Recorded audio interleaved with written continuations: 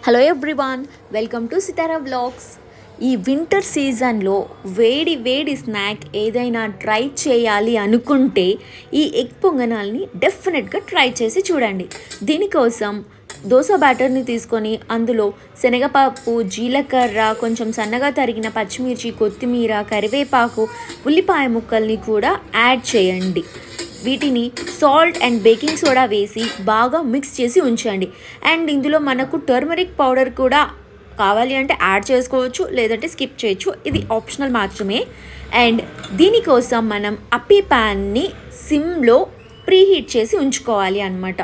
అది మీరు కొంచెం ఆయిల్ వేసుకొని ప్రీహీట్ చేసినట్లయితే చాలా ఈజీ అవుతుంది అప్పీ కాల్చుకోవడానికి.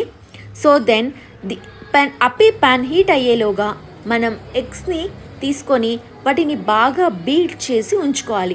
బీట్ చేసిన ఎగ్స్లో ఈ దోశ బ్యాటర్ ఏదైతే మనం మిక్స్ చేసి పెట్టుకున్నామో అది బాగా కలపాలి. ఎప్పుడైతే దోశ బ్యాటర్ ఎగ్స్తో బాగా మిక్స్ అవుతుందో అప్పుడు మనకి ఎగ్ పొంగనాలు టేస్ట్ అనేది బాగా తెలుస్తుంది. అండ్ దెన్ ఈ బ్యాటర్ని మనము ప్రీహీట్ చేసి పెట్టుకున్న ప్యాన్లో ఇలా పొంగనాలుగా ఒక్కొక్కటిగా వేసుకోవాలి. అండ్ దెన్ వాటిపైన ఆయిల్ని స్ప్రింకిల్ చేసి ఒక లిడ్ తీసుకొని సిమ్లో క్లోజ్ చేసి పెట్టేసుకోవాలి. అలా అవి సిమ్లో ప్రీహీట్ అయిన ప్యాన్లో బాగా కాలుతున్నప్పుడు ఇన్సైడ్ పిండి ఫ్లేవర్ అనేది మనకి తెలియకుండా బాగా పొంగనాలు అనేవి కాల్చుకోవడానికి ఛాన్సెస్ ఉంటాయన్నమాట.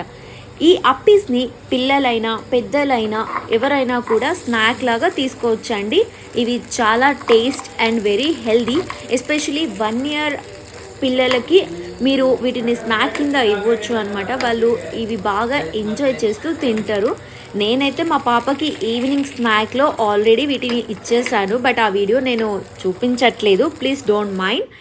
సో దెన్ వీటిని పచ్చి కారంతో అయితే సర్వ్ చేసుకోండి. Enjoy this delicious food.